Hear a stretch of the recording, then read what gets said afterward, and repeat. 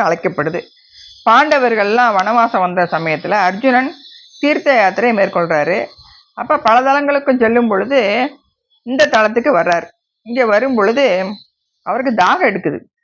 அப்போ இறைவன் ஒரு வயோதிகராக தோன்றி ஒரு தண்டத்தை அவர் கையில் கொடுத்து அந்த வாகை மரத்தடியில் ஊன்றா நல்ல நீர் கிடைக்கும் அப்படின்னு சொல்லி சொல்கிறாரு. அதே மாதிரி அர்ஜுனனும் தன்கிட்ட இருந்த வாழை அந்த வயதான இருந்த இறைவன்கிட்ட கொடுத்துட்டு நீர் அருந்துற தண்ணியெல்லாம் அருந்திட்டு திரும்பி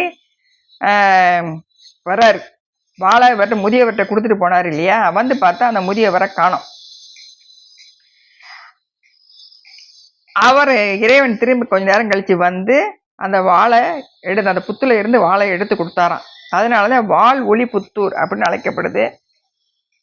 மக்கள் இப்ப திரு வாழப்புத்தூர் அப்படின்னு சொல்லி அழைக்கிறாங்க. மகாவிஷ்ணு ஒரு